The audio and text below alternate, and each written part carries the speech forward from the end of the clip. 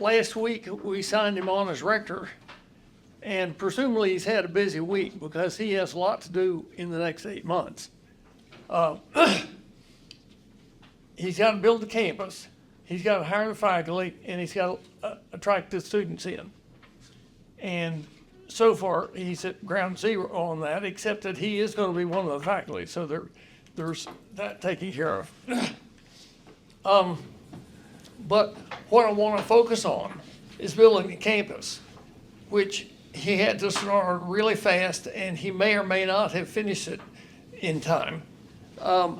And you should be aware that I swiped all of this from a book that the museum published about 2018, because in 2017 they had sponsored a student, and together with a company that does ground penetrating radar, to spend the summer scanning the places where people thought the original college buildings had been, and see if he could find underground foundation remains, and if so, could they be identified with specific buildings and so on. And he did a great job, and this is a big book, okay? And he produced a very good report.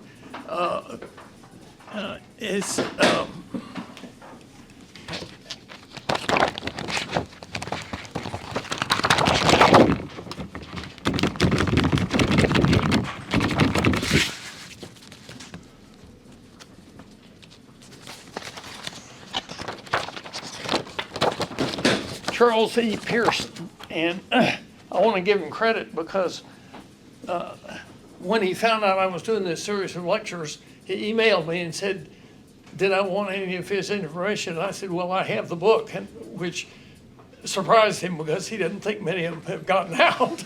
But anyway, I've had several helpful emails from him, which I very much appreciate, but you're going to see that's not his, but most of these slides are his from this point on.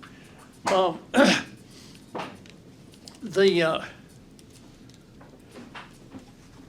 on.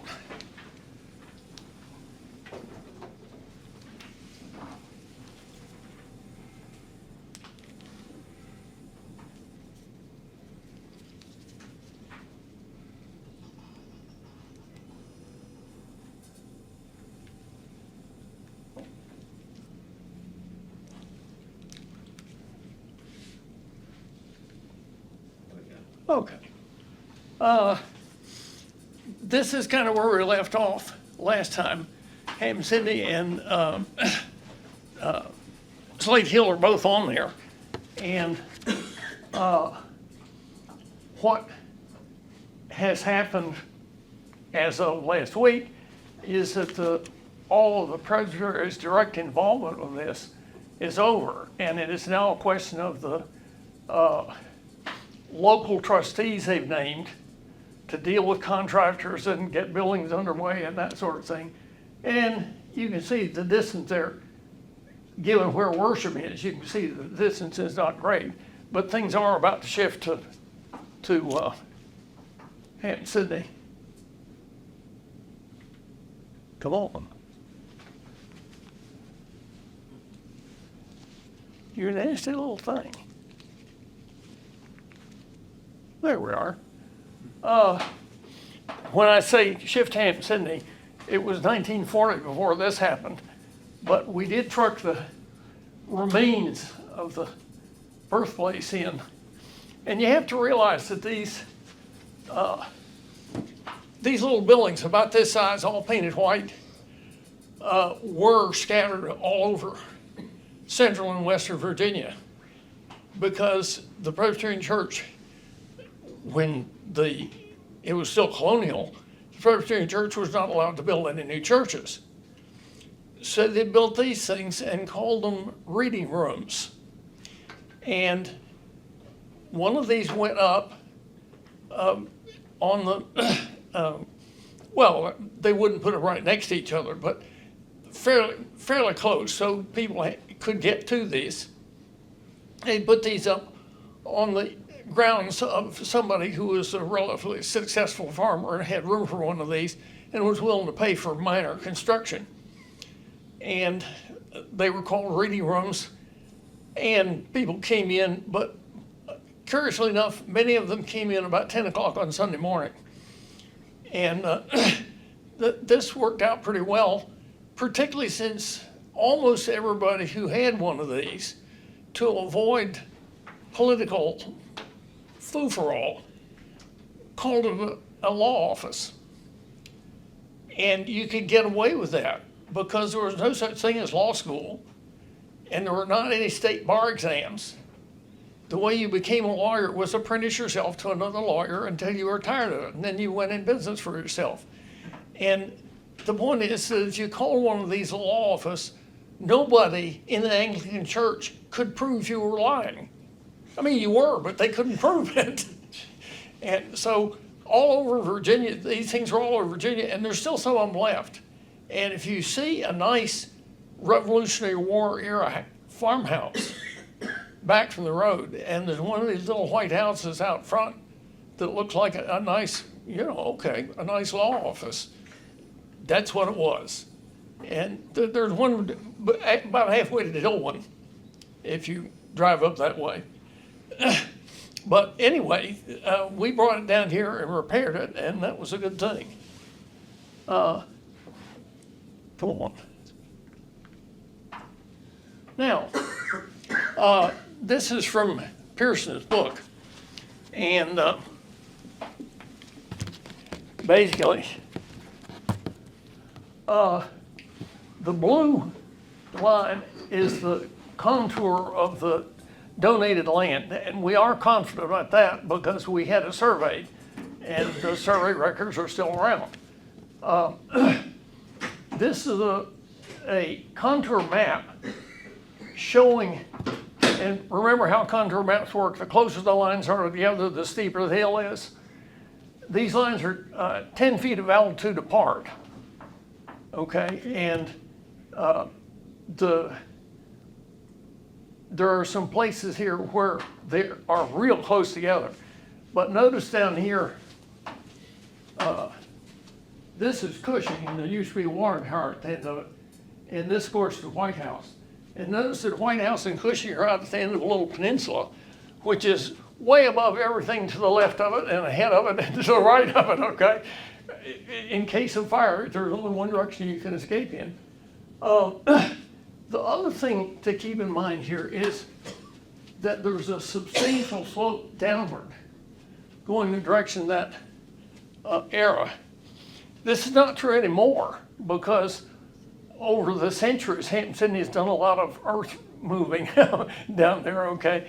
But that was a hill with a fairly steep slope that ran, well, down here where the lake is. At that point was a swamp. And it ran on for a mile, mile and a half, something like that, before it leveled out. And this made it very difficult. You could have built academic buildings on it because it doesn't matter too much if the third floor opens out this way and the first floor opens out on the back side. This is all right. But any place where that's true on this slope is eventually the foundation is eventually going to settle and shift. And you will be sorry you ever tried to build on that land. So there's not half of the acreage, but half of the sort of psychologically important acreage Hampden-Sydney can't build anything on. And eventually it turns out you can do something athletic with this. But that is the plot on that.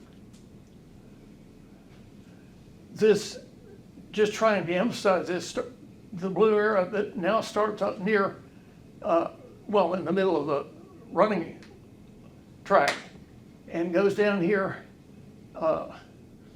to pretty much to the Route 15. But if you notice the contours, they keep on going downhill on the other side of Route 15. And this is, this is just gonna be a real problem for the college. Can see it. Can see it, and then tell them about.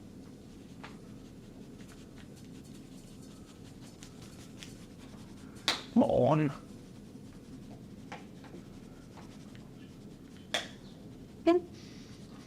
Back up here.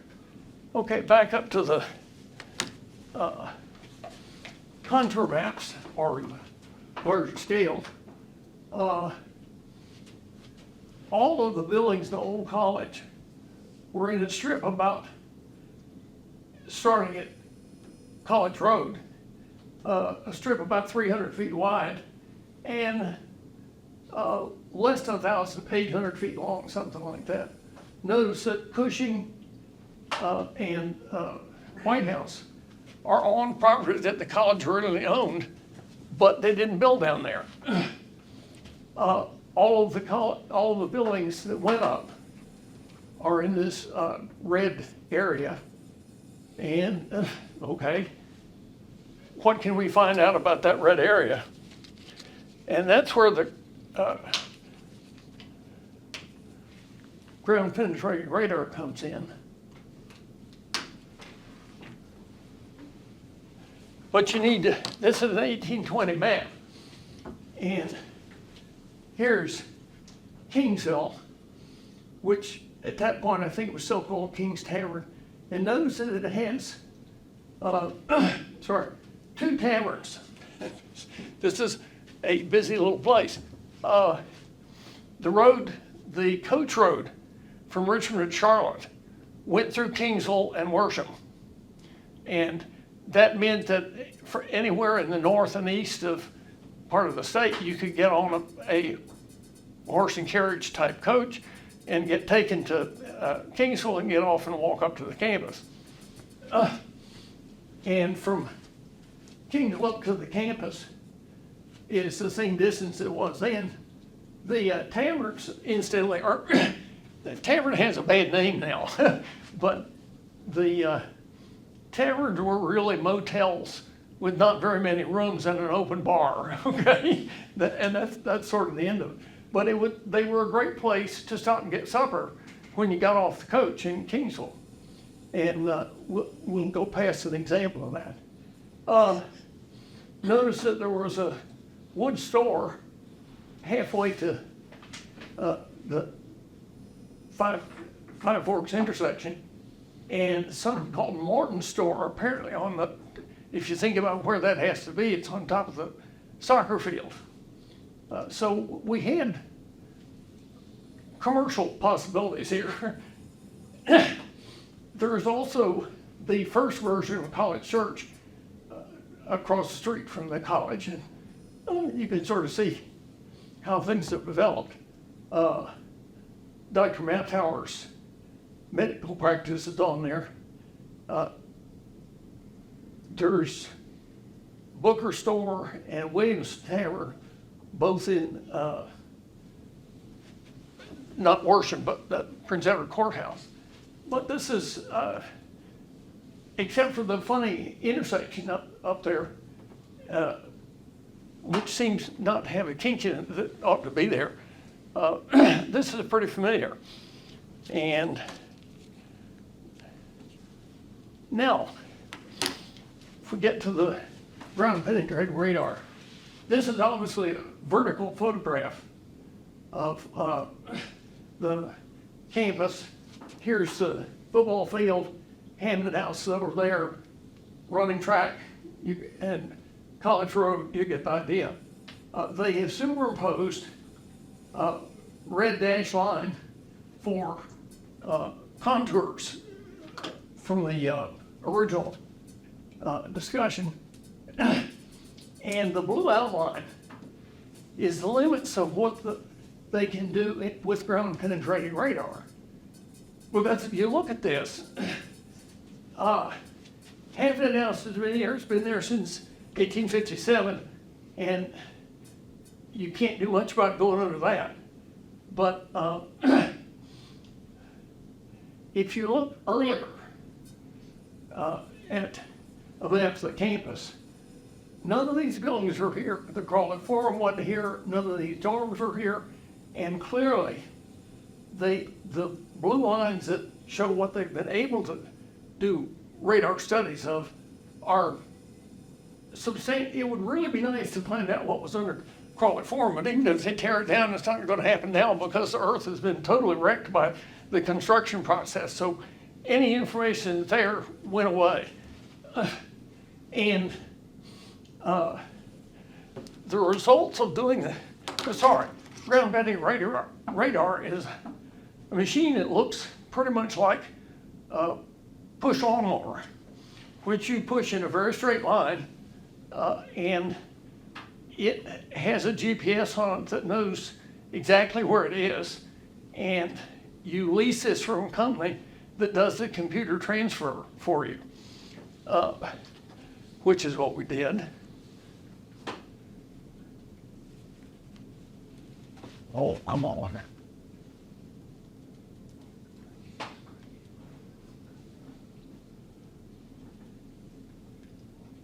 Thank you, Brian. Here is, in effect, the same map. I want to go to that one.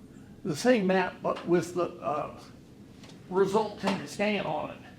So, for instance, right here is the sidewalk that runs from the Hampden House driveway, the front end of the Hampden House driveway, to Crawley Farm. And you can trace it. Obviously, when you run a ground penetrating radar over that, you get a different answer from what you get if you run it over the grass. So you can see exactly where the sidewalk is going. Then there's a big rectangle up here, which is the parking lot. Big deal.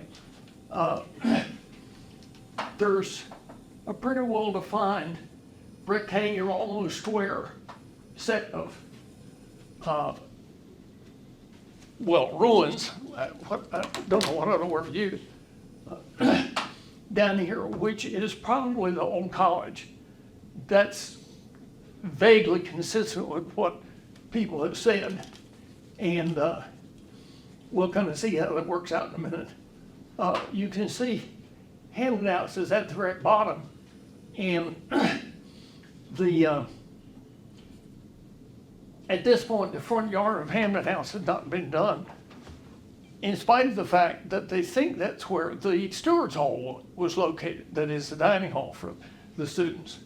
The next year, after this book has been published, the next year he comes back and goes over the front yard of Hampden House, and sure enough finds ruins that are the right size and shape, generally speaking, to be the Stewards Hall. So we've found a couple of these, but only a couple. Now, in 1981,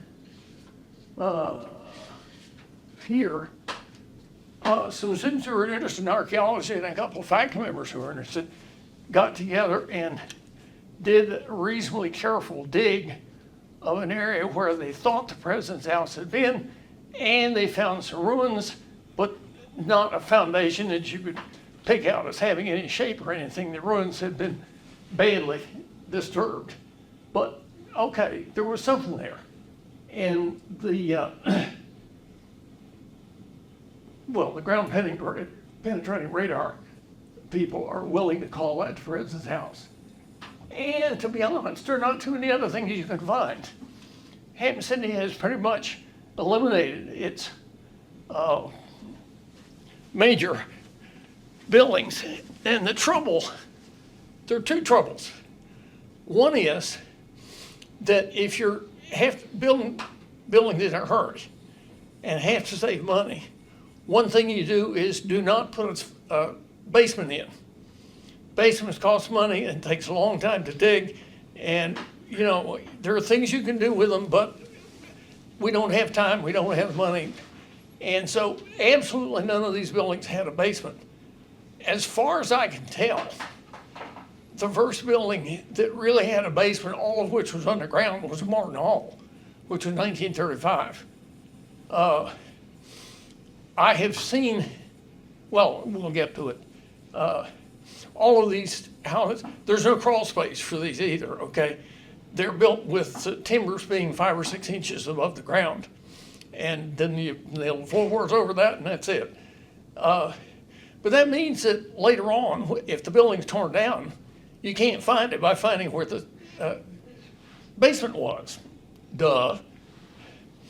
The other thing that happened was that although they had a pretty good yield from Samuel Stanhope Smith's quick tour of the local churches, they had 1,300 pounds sterling, which was not bad. It's somewhere around $5,000, maybe $6,000. And that's certainly enough to take care of the classroom building, the old college. But if you think about the buildings you have to put up, you really have to have the classroom building, yeah, okay. You also have to have the dining hall.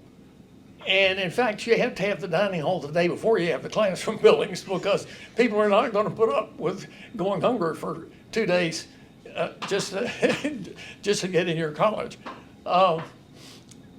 The president's house is a little more optional. He can live someplace else until you get through with this. The other things you have to have are, well, you got to be sure that the classroom building, which is going to be part classrooms and part dormitory rooms, you got to be sure that that has enough dormitory capacity, or else that you build some more dormitory capacity somewhere else, which we did not do. The building that went up was 3 stories, brick, okay, very solid. Had 4 rooms on each floor, all the same size, and a central hall. And they had the same thing 3 times, and so there were 12 rooms in there. And if you look at that and say, okay, how many of those have to be classrooms, and how many does that leave for dormitory rooms? And you haven't run the college before? How many students are going to show up the first day? How many do we have to put in a dormitory? And I'm assuming, this is not in history anyplace, but I'm assuming that Samuel Stanhope Smith wrote home to Dad, who was, after all, a trustee of College of New Jersey, and said, you were around, Dad. How many students did College of New Jersey get the first year when they were in Elizabeth, New Jersey? And Dad said 8. And so the next round is, okay, how many students should I allow for when I earmark dorm rooms? And what would you guess our student intake is going to be? And I would guess at that point that Dad said, well, it's more than 8. After all, it's been 40 years, and there are bigger population now, more people interested in education. You probably want to plan on 20. But you ought to have plan B in case you get extra people coming in. And you probably ought to, as far as plan B is concerned, you probably ought to allow for 30. Now, I'm making that up, okay? But I'm certainly wrong, but even when I'm wrong, it doesn't account for the fact that we got 75 students when we opened it in the fall of 1775. Unfortunately, virtually none of them were college level. The parents had all decided boy was at the end of what they knew how to teach him, and this was a great place to pay 14 pounds for a year and get him spiffed up to where he could go to college. And so Hampden-Sydney is left in a situation where, although they have Smith, who is rector, and he's going to be the head honcho, and he's going to teach the senior class. Anything seniors have to take at the college level, he's going to teach. There's somebody else, and names get very fuzzy here. There's somebody else who's going to do all of the juniors, and somebody else who's going to do all of the sophomores. And so we need, the president is gonna live in the president's house, but we need 3 faculty members, which means 3 classrooms. Because this room right here is always Professor Hinckley's classroom. Okay. If you need 3 classrooms, you got 12 rooms, then you got 9 dorm rooms, and that means 18 students. And I was sort of planning for 20. Hey, we're cool here. Let's go with this. Because there are 12 or 15 farmhouses within 2 miles of the college. And all of them would be glad to have somebody pay room and board and live with them. So you can farm out somewhere between 10 and 20 of the extra students. So we can probably handle this. It's sort of worked that way, but not exactly. But the, well, okay. The upshot of this is that they got faculty members. What they don't have is people to do the teaching in the remedial courses. And so Samuel Stanhope Smith, who is hiring everybody from College of New Jersey anyway, goes back to the College of New Jersey to hire a couple more people to be tutors who will not give lectures and classes. They will simply take a kid in, have you read Longinus? No. Okay, then here's the book by Longinus you need to read. Do you know Latin? Well, I sort of do, but I'm not very good at it. Well, you practice on this. And come see me Tuesday mornings, and we'll see how you're doing. And they needed 2 or 3 tutors to do this. And the first one he hires is John Blair Smith, who by a remarkable coincidence is his baby brother. John Blair Smith has also graduated from College of New Jersey as valedictorian when he was only 17. And he stayed there for a year to take theology courses and get ordained. And then he was going to go on into church work somehow. And brother called him and said, how about coming down and being a tutor in our remedial courses?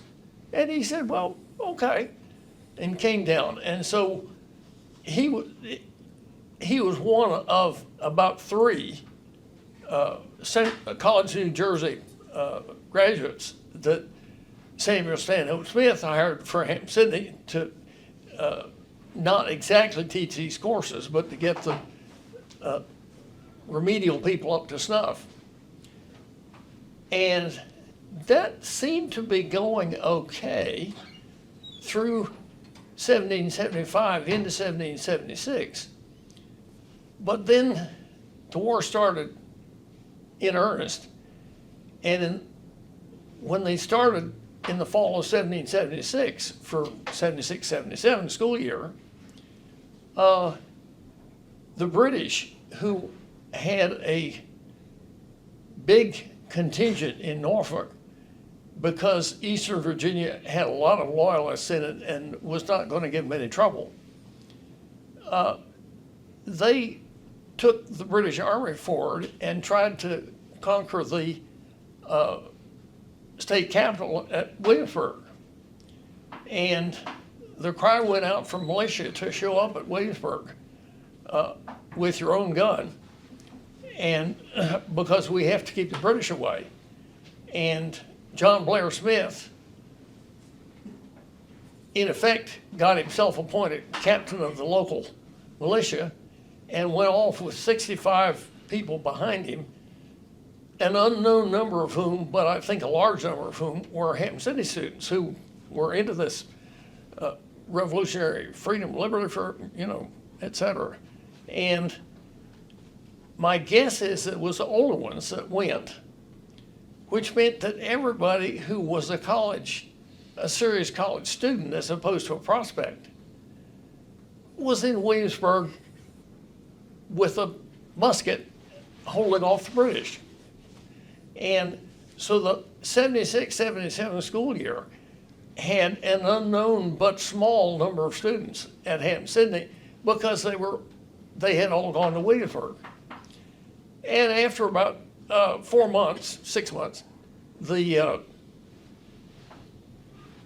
state government, which now was an elected governor, which by a fortunate coincidence was Patrick Henry, who was a Hampden-Sydney trustee, and that always good to have somebody like that in place. And incidentally, he was sworn in as governor on July the 6th, 1776. So he did not waste any time after the Declaration of Independence. But the legislature had also been reelected and was not the all-Anglican legislature. And Hampden could actually get some favors done. And what they wanted pretty badly was to get a charter. But to get a charter, even with your friends running the machinery, you have to have some results. You have to look, if you want to be a college, you have to look like you're doing something collegiate. And at that point, the only thing they had running was the remedial program. And so this gets Samuel Stanhope Smith very dissatisfied. And even though little brother has come back with most of the students, some of the students actually stayed there and went in the Revolutionary Army. But he came back with most of the students, but things are going downhill, essentially because of the numbers, but also because of the war. And so in 1778, he is desperately trying to make this work still, and he gets a letter in the mail from the College of New Jersey saying, "How'd you like your old job back?" And he says, "This is not working here. I mean, I wanted it to work. I've tried hard to make it work. It might still work, but it's not the way to bet." And so I'm going back to College of New Jersey, and he tells the trustees that. And they arrange to have a ceremony on some day in late 1778 when two things happen. One is that Samuel Stanhope Smith leaves with everybody shaking his hand warmly and patting him on the back and saying, "We couldn't have done it without you." And at the same trustees meeting, baby brother is appointed president. So John Blair Smith takes over effective in 1779, but immediately really. And he is president until 1789 or no, 88 or 89, at which point he writes a gung-ho newspaper column advocating the Constitution is being considered. You really need to vote for this because this is the only way the United States is going to work. And it was a good article, but unfortunately the head of the trustees at that point was Patrick Henry, who urgently, more than anybody else in the United States, did not want that Constitution approved. And so basically, Patrick Henry got John Blair Smith shoved out in 1788 88 or 89. And but in the meantime, he has spent most of his time trying to jack up the standards of education at Hampden-Sydney so it has some results that actually look like college behavior. Because we'd really like to get chartered, and in particular, we'd like to get chartered. We could still lose this war, and we'd like to get chartered by the elected governor, who is ours, and the elected legislature, who are all patriots and sympathetic to us. We'd like to get that done because if we happen to lose, nobody knows what the treaty's going to say, but it may put in effect the appointed colonial government back in place, which will mean we'll never get the charter. So John Blair Smith spent 1780, 81, and 82 aggressively trying to raise the standards so that it'd be high enough that by only lying at the standard governmental application level, he could make Hampden-Sydney look like it deserved a charter. And fortunately, at that point in 1783, the governor is Benjamin Harrison V, who is an Anglican, but he's very much a patriot. And he has a kid that he intends to send to Hampden-Sydney if it's a college. What a good time to apply to be a college. And they submit an application and run it through Harrison and pass the various committees, and they get a charter. And if you look at the, well, you don't need to look at it now, but there's a page, two-page spread in the middle here that has the charter, which is issued in the summer of 1783, and it becomes legally binding less than a month before the arrival of the treaty from London ending the war.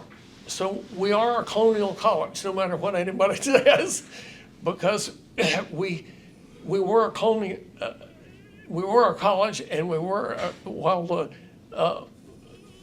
colonial status had not entirely gone away yet. Everybody knew it had, but still, it's not there until the treaty hits George Washington's hands, which it did, incidentally, in Nassau Hall at Princeton. But anyway, so we did get something positive out of this, namely a charter and status as a college. And I want to talk a little bit next week about what the Board of Trustees did to take advantage of actually being a college and being able to award degrees, because that changes. Anybody can run the remedial courses, okay, but if you're gonna have courses that are known on a national or international level to be at a certain status of achievement, then you gotta clean up your act, and the board wants to see this happen, and you'll see some of it show up here. The one other thing I would like to say is that of the buildings that you can see, which are only a few, several other little tool shed type buildings got built by private citizens who were sending their kids to Hampden-Sydney and wanted a dormitory room for them, just to keep them out of the sleet and snow. And several of those, and the number is certainly 3 or 4, might be as high as 8 or 10, got built around the original college campus. There is no chance of ever finding those, because none of these buildings had a foundation. You did not lay brick and build something on top of them. What you did, there were lots of trees around. What you did was cut up big timber, maybe railroad tie size timber, and just lay it flat on the ground and build it up from there. And these things lasted sort of about 50 years and were torn down, which we'll get to. But 50 years at Hampden-Sydney for an unprotected timber lying on the ground almost certainly means it weighs half of what it used to, because the termites have really taken out everything else.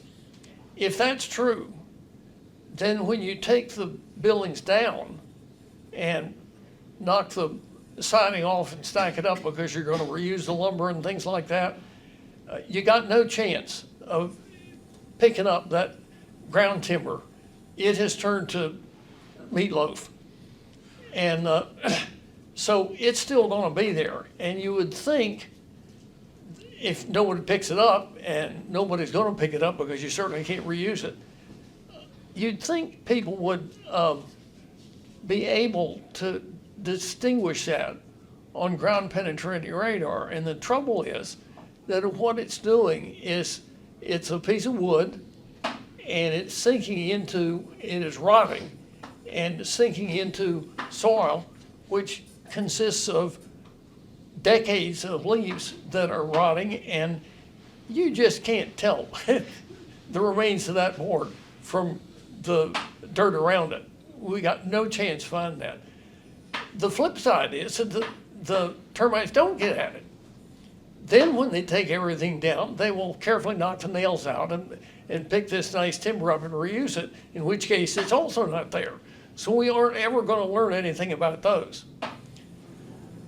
There's one more thing that we aren't ever gonna learn anything about, but it's worth mentioning.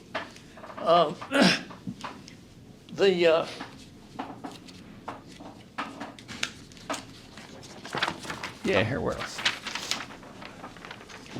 There was a young man in the class of 1829 named Benjamin Smith, not related to the other Smiths. He came to the campus in 1825 because that's the way you do these things. And there's a campus directory of students and faculty all together was compiled about 1900 for the years 1775 to 1825, which is basically when the University of Virginia opened. That changed Hampden-Sydney's situation a lot. But because he arrived in 1825, he's in that directory. And it includes an interesting quote from him. It has quotation marks around it. And the trouble is, I don't know where the quote is from. I don't know if it's from his memoir 75 years later or a letter to his mother on the spot. But it's how he got to Hampden-Sydney. Our party reached King's Tavern, which is Kingsville. Supper was highly relished, and then we walked up through the woods on a path down the road. The main carriage road skirted to the east down the hill across a muddy bottom. We all went to the southeast corner, third story, east wing. Now, he's talking about first passage of Cushing, which was the only part of Cushing that had been built at that point, but they already had seniors living in it. And it was the place to go have student contact. And his friends took him there. And there was the usual shouting and talking. Our walk had brought us first to a house of one story, supplied with passage and attics. This was the president's house. Standing on the edge of the orchard, okay, all of that land between Hampden House and the gates, Five Forks Road, was an orchard when I came here. The trees were 100 years old, completely abused. Didn't yield. I think they had been peach trees, but maybe apricot. But that orchard was still there, and it was all torn down to build, well, it was dormitories, but Frolic Forum. President's house, standing on the edge of the orchard opposite the baseball ground. Now, he doesn't use commas. And depending on where you think that commas belong, either the baseball ground was present 70 years later because he was coming back as a 90-year-old alumnus, or it was there in 1825. And if we had a baseball ground in 1825, it had to be one of the first ones to the south. So who knows? And it was either on the hillside going down where the football field is now, and that seems very unlikely, or it was across the orchard, across the Five Forks Road, and was where those houses are now. And that's pretty level, and that would be a pretty good place to have a baseball ground. But anyway, we seem to have had one, and I'm very proud of that. Let me give up, and we can come back next week and look in a little more detail at what the charter got us and what went wrong and what went right and how the Board of Trustees tried to fix it. It's not an entirely upbeat message, but you need to know this happened, okay? See you next week. You, guys,